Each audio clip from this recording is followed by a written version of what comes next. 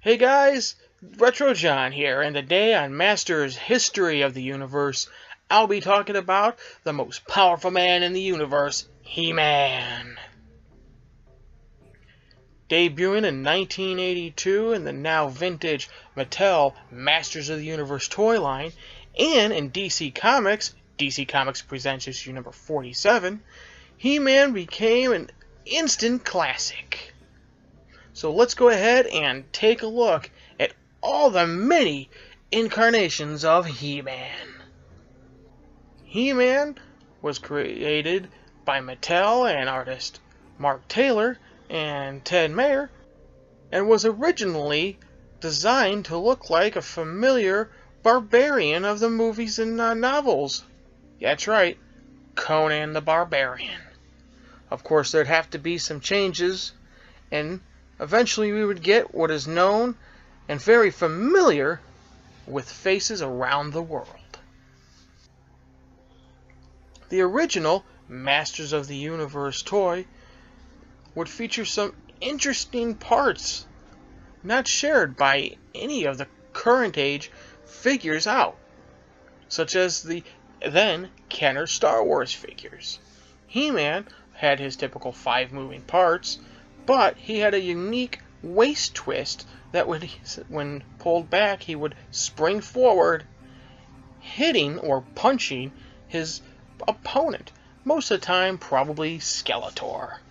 The original figure came with a half of the power sword, a shield or battle axe, and his harness.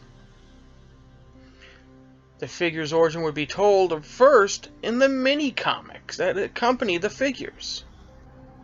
The mini-comic that would accompany this He-Man would show that the original origin featured the Goddess, who looked an awful lot like a green-skinned Teela, and would go on to be known in the cartoon series with a different appearance as the Sorceress.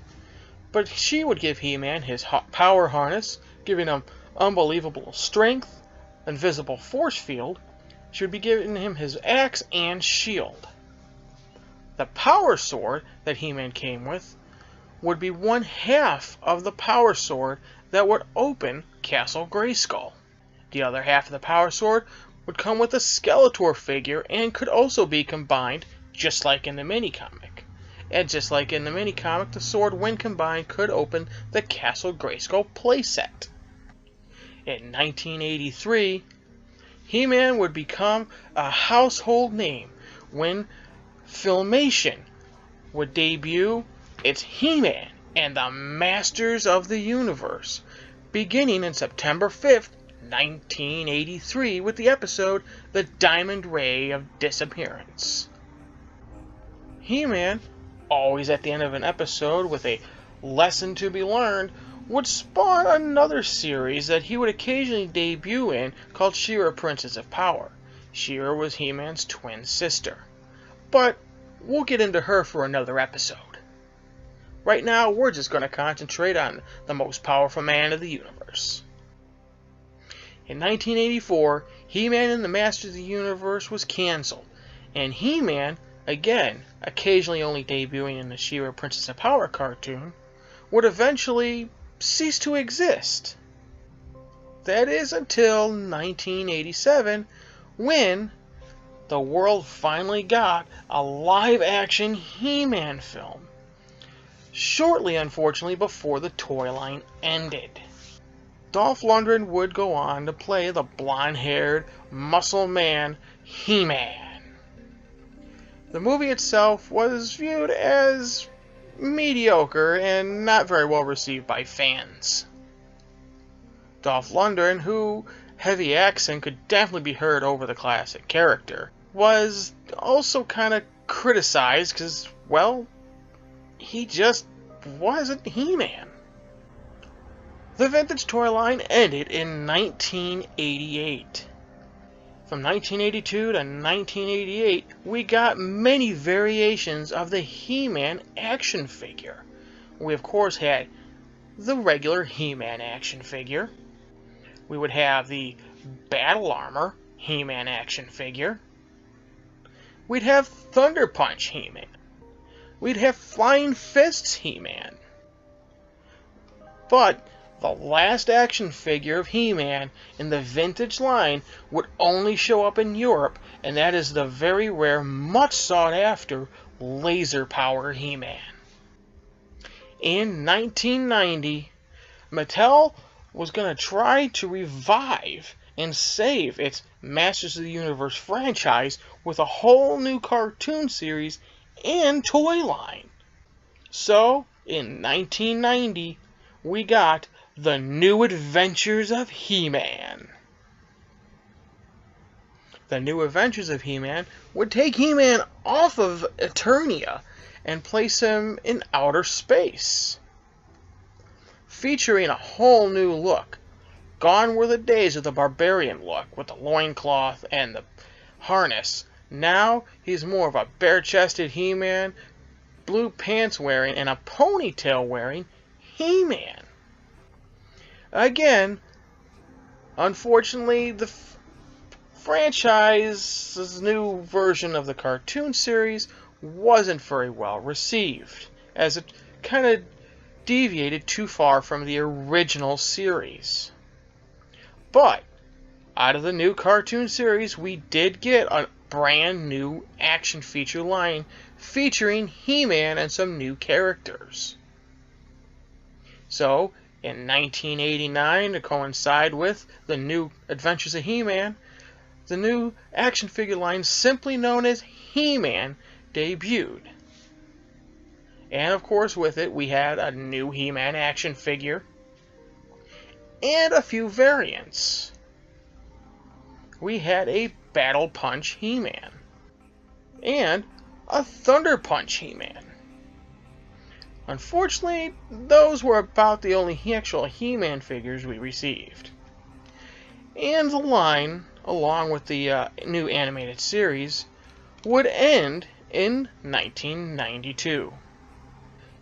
It would be 8 years before we got ourselves any new Master Universe action figures, let alone a new He-Man figure. But Mattel didn't disappoint, because on that 8th year, we've got to celebrate the 20 years of the Masters Universe toy line, the Masters of the Universe Commemorative Series. The Commemorative Series rekindled the nostalgia that was always associated with the classic Masters of the Universe. Out of this series, we even got 2 vintage-styled He-Man figures. We've got the original He-Man figure and Battle Armor He-Man. The nostalgia factor kicked up so much dust that fans wanted more. So, Mattel once again decided to try to revive the Masters Universe and give us a whole brand new Masters of the Universe animated series and action figure set. In 2002, He-Man and the Masters of the Universe returned on Cartoon Network's Toonami series. These characters and the action figures were re-sculpted and redesigned by the 4 Horsemen, giving us that He-Man feel with a new updated touch to them. In this new Masters of the Universe series, mostly known as the 2000X series, 2002 series, or sometimes even known as the Mike Young series, this new line not only gave us a brand new He-Man action figure, retooled, but it also gave us new designs for He-Man's shield, battle axe, and a huge makeover for his power sword that we're so used to seeing. The new 2002 Master Universe action figure series gave us probably the most variant He-Man figures to date, and the weirdest ones at that. Not only do we get He-Man, but we got Battle Sound He-Man, Jungle Attack He-Man, Smash Blade He-Man, Battle Armor He-Man, Samurai He-Man, Martial Arts He-Man, Ice Armor He-Man, Mega Punch He-Man, Snake Hunter He-Man, Mecha Blade He-Man, and Snake Armor He-Man. That's a lot of variants of He-Man.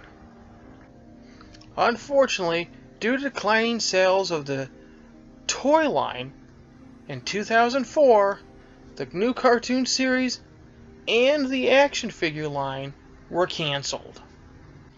In 2008, Mattel would give us a whole new series of retooled Masters of the Universe figures entitled Masters of the Universe Classics.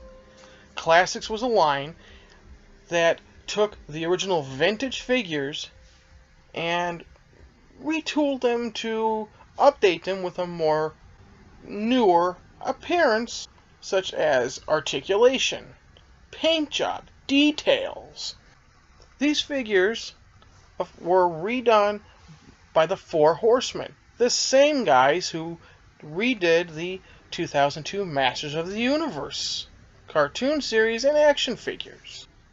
Though there was no animated series to accompany this new line, we did get a lot of new action figures, not only based on the vintage line, but we got characters from the mini comics, the animated series, She-Ra Princess of Power, and concept figures.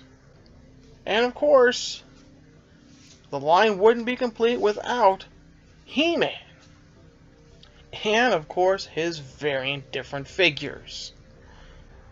Okay, there was of course Battle Armor He-Man, Flying Fists He-Man, Thunder Punch He-Man, Snake Armor He-Man. There was even a He-Man made package with Superman based on He-Man's first appearance in DC Comics Presents issue 47. We got King He-Man. We have Pre-Eternia He-Man in disguise. We've got Savage He-Man, also known as Ular, who is based on the original mini-comic version of He-Man. And Vigor, who was an early concept of He-Man. With so many different variations of the action figure itself, who exactly is He-Man? That's kind of difficult to say, going on different versions of He-Man. We have mini-comic He-Man, who received his powers from the green-skinned goddess by a harness, battle axe, and a shield. He would then go on to save Teela and team up with Man-at-Arms. They would go on to thwart Skeletor and his minions Beastman and Merman, trying to gain access to Castle Grayskull, which is by far my personal favorite of the He-Man stories. We've got the Filmation He-Man, which, if you go by that, He-Man is Prince Adam, prince to King Randor and Queen Marlena, who has a power sword that, when yelling out, "By the power of Grayskull,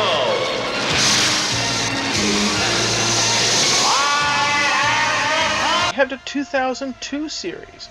Prince Adam is again bestowed the power sword, making him He-Man, the most powerful man in the universe. His job, once again, to thwart Skeletor.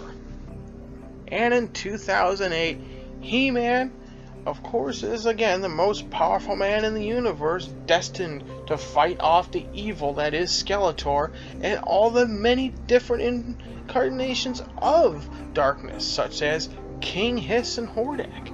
Later becomes King He-Man with his son Hero. Whatever version is your favorite, whatever memories you have of He-Man, just know that He-Man and the action figures that have accompanied him over the years live in the hearts of all children all over the world of every different generation. And even though there is no current He-Man cartoon series, I wouldn't be bit surprised if sometime in the near future we will see He-Man grace our screens again, whether it be the small screen or the much anticipated remake of He-Man and the Masters of the Universe live-action movie, currently being worked on.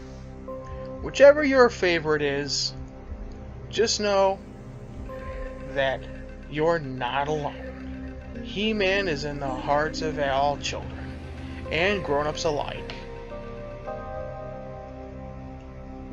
Until next time, this is Retro John, and you have been watching Masters History of the Universe.